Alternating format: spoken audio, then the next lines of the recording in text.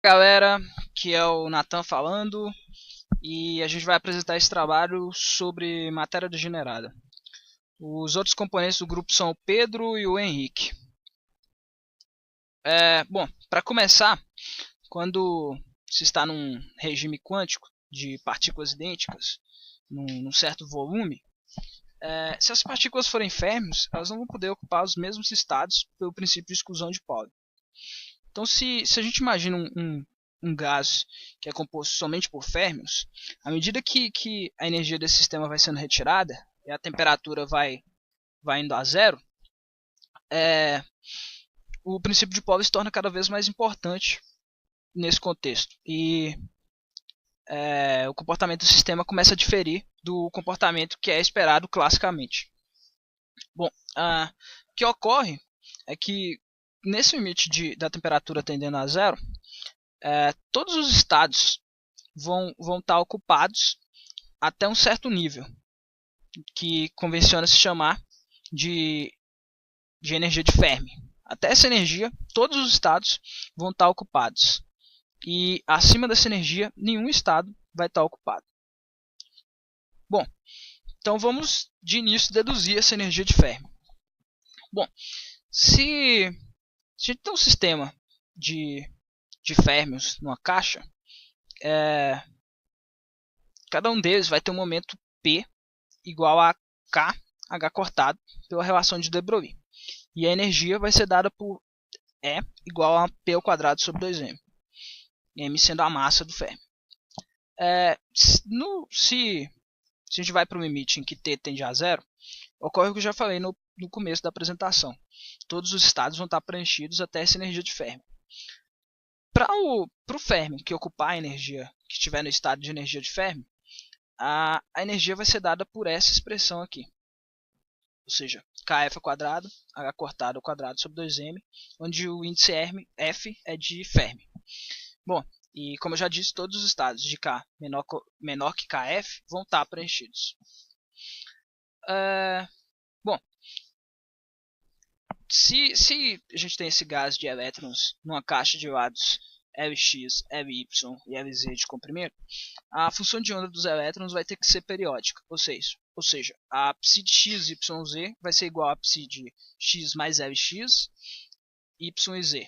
O mesmo valendo para as outras coordenadas. Nesse sistema, a solução, a equação de onda, a função de onda, melhor dizendo, é uma onda plana, dada por essa expressão aqui.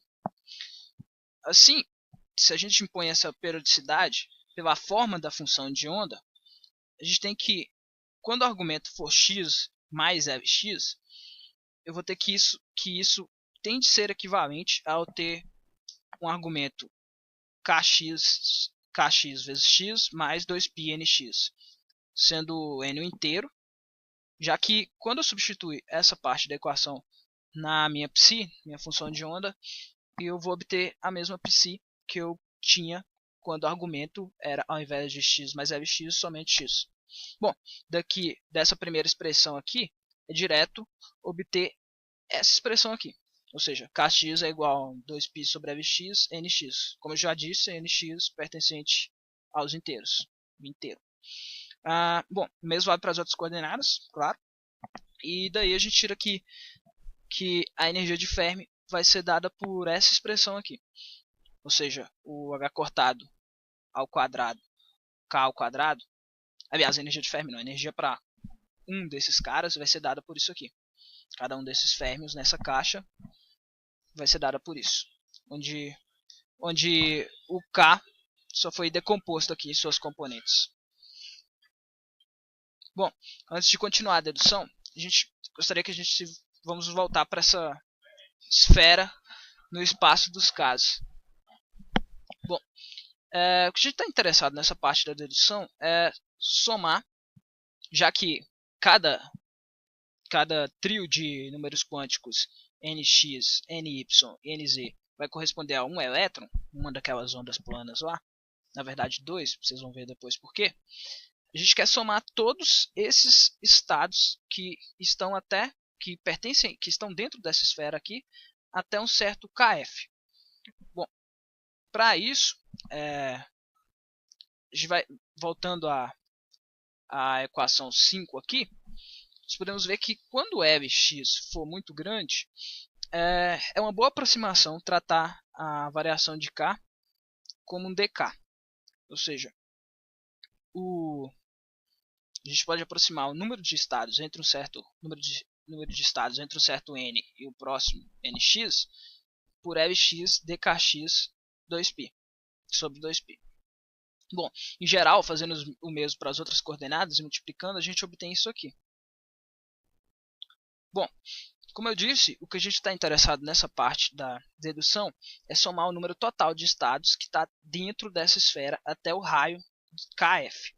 Bom, como esse lado da equação é o número de estados entre um certo n e o próximo nx, um certo nx e o próximo nx, e o mesmo para um n e um próximo ny, um nz e o próximo nz,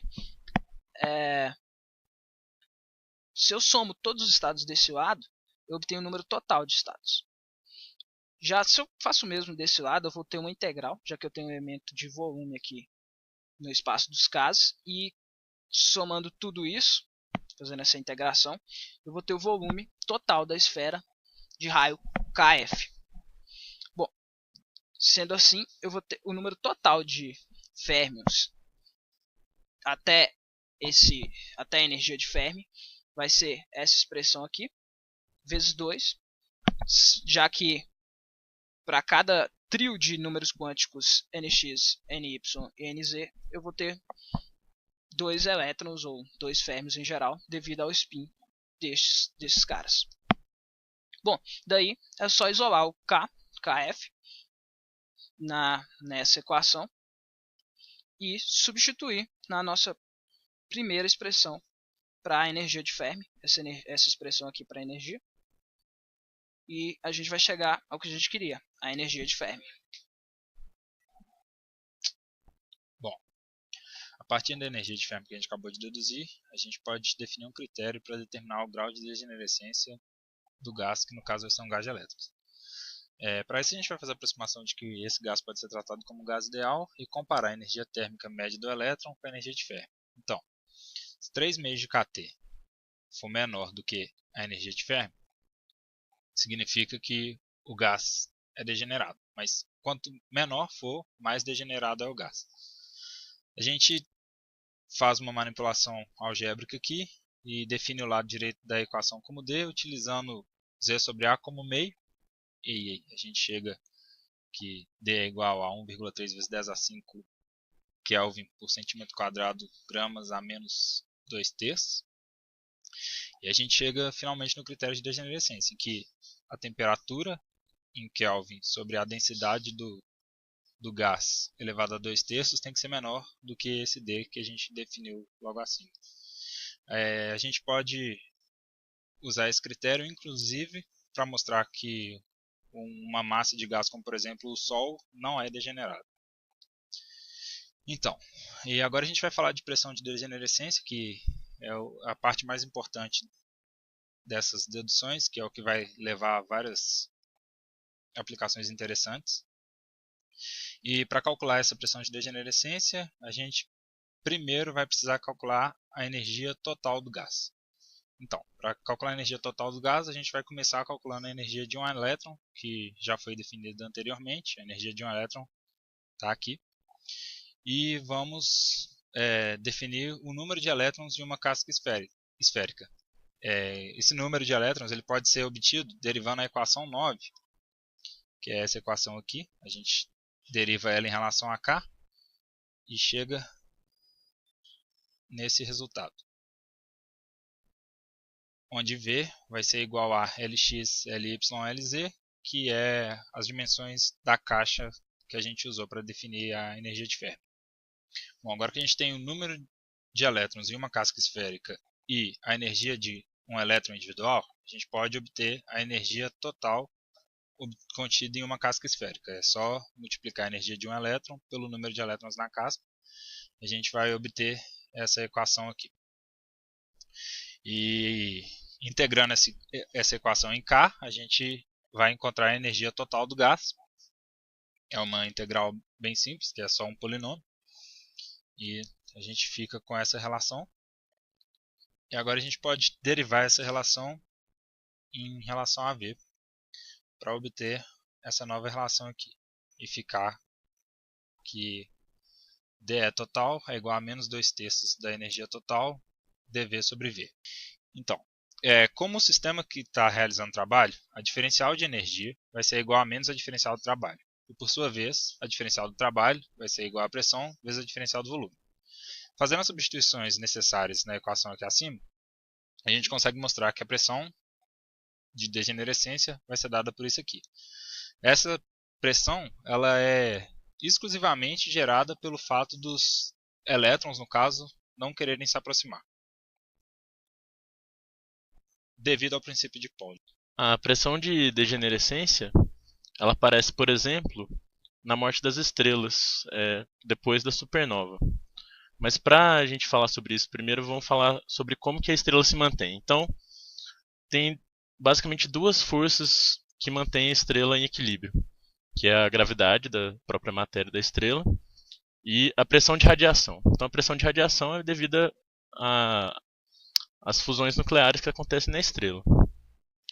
Quando a matéria, para que a fusão nuclear aconteça, vai se tornando mais escassa, até que a fusão pare totalmente, a gravidade começa a dominar.